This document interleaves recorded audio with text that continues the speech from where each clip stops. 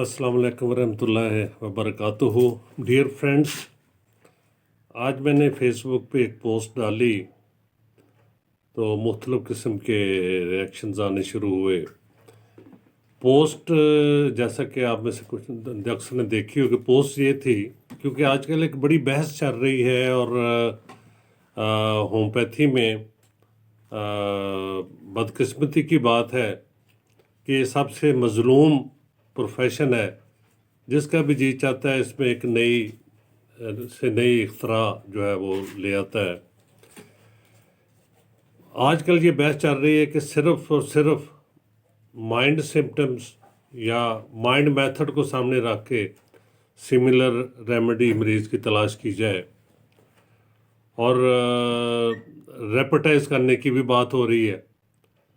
अब अगर कैंटर रेपर्टी देखी जाए तो इसमें 55 सेक्शंस हैं, जिनमें से एक माइंड का सेक्शन है, जनरलिटीज़ हैं, मॉडलिटीज़ हैं और जिस्म के तमाम हिस्सों के मतलब सेक्शंस हैं कैंटर रेपर्टी में।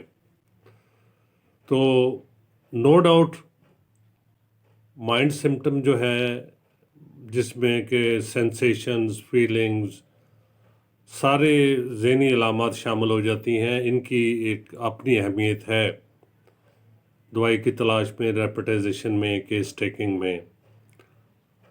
लेकिन हम बाकी के सारे सेक्शंस को, मतलब मॉडलिटीज़ हैं, जनरलिटीज़ हैं, इनको भी इग्नोर नहीं कर सकते। और अगर यही बात है कि सिर्फ हमने माइंड के चैप्टर को ही सामने रखना है तो फिर रेपर्टरी को तो बड़ा मुख्तसर किया जा सकता है। 54 सेक्शन इसमें से निकाल देते हैं और सिर्फ एक सेक्शन जो है उस पर काम शुरू कर देते हैं। सो मैंने अपने इल्म के लिए, चूँकि मैं होम्योपैथी के एक तालिब इल्म हूँ, मैं कभी भी ये क्लेम नहीं करता कि I am best homeopathic doctor in Pakistan. Homeopathy में तो ये हनीमन ने जो फ़िलासफ़ी और गैनन और जो कुछ इसके रूल्स और रेगुलेशन इसके सारे तय किए हैं, उसके मुताबिक तो इंसान तालिब इल्म ही रहता है। मुतवातर मेहनत की, हर केस एक चैलेंज होता है, हर पेशेंट जो आता है वो एक नया चैलेंज होता है। अगर एक ही मर्ज़ के 10 मरीज़ आ जाएं तो ऐन मुमकिन है कि 10 की अलग-अलग मेडिसिन सिलेक्शन में निकल आए और अलग-अलग मेडिसिन देनी पड़े।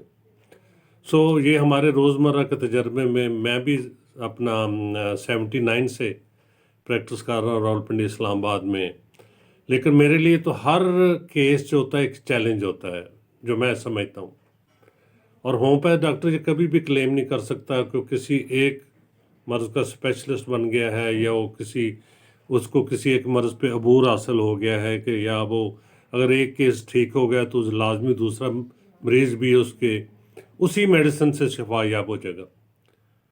हर केस की अपनी इंडिविजुअलिटी है, हर केस के अपने एक सिम्टम्स हैं, हर एक ही तकलीफ में मुब्तला लोग मुख्तलिफ तरह की प्रेजेंटेशन करते हैं, सिम्टम्स की मुख्तलिफ अलामात उनकी सामने आती हैं।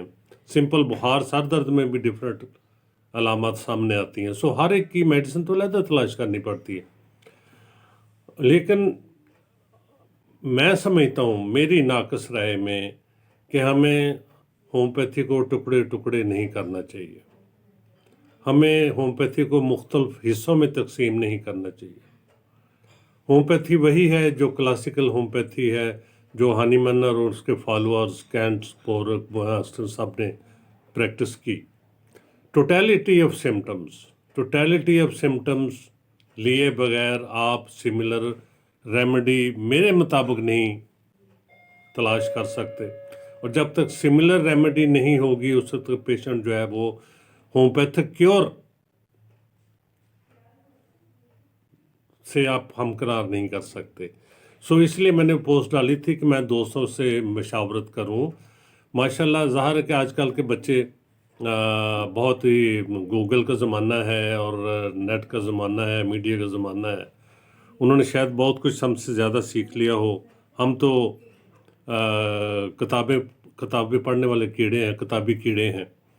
सो मैं नॉलेज से, अपने नॉलेज में इजाफा के लिए एज ए तालिब इल्म होम्योपैथी मैंने पोस्ट डाली है।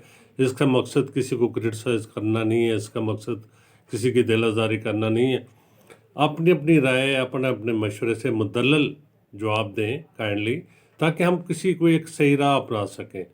اب یہاں پہ ہومیوپیتھی پھیلانے کی بجائے آج کل جو میں سمجھتا ہوں، میں اسے یہ کہتا ہوں کہ علم کو پھیلانا چاہیے، علم کو تقسیم کرنا چاہیے، یہ صدقہ جاریہ ہے، علم کو بیچنا نہیں چاہیے۔ اگر آپ علم کی قیمت رکھ دیں گے تو وہ بھی علم بیچنے والی بات ہے، وہ پھر صدقہ جاریہ میں شامل نہیں ہوتا۔ تو ہمیں علم تقسیم کرنا ہے سوسائٹی میں، لوگوں میں، ہوم پیس میں، پروفیشنلز میں، اور علم کو پھیلانا ہے، نالج شیئرنگ کرنی ہے۔ جہاں آپ پیسے کا عنصر ڈال دیتے ہیں وہاں نالج شیئرنگ نہیں ہوتی، وہ آپ سمجھیں کہ آپ علم بیچ رہے ہیں، آپ پیسہ کما رہے ہیں۔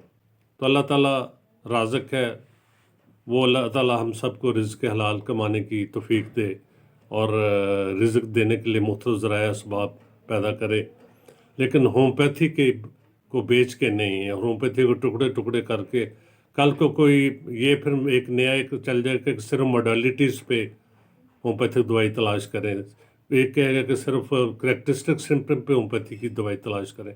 ہومیوپیتھی میں ٹوٹیلٹی، مریض جتنے سمپٹم دیتا ہے وہ سارے نوٹ کرنے ہیں، اس سمپٹمز میں سے پیکولر سمپٹم نکالنے ہیں، انڈیویجویلٹی تلاش کرنی ہے، اور اس مریض کی سملر ریمیڈی ٹوٹیلٹی اس سمپٹم کو سامنے رکھ کے، یہ میری ذاتی رائے ہے، یہ میرا ذاتی میرے اپنا نالج کے مطابق میں بات کر رہا ہوں ایز اے طالب علم ہومیوپیتھی۔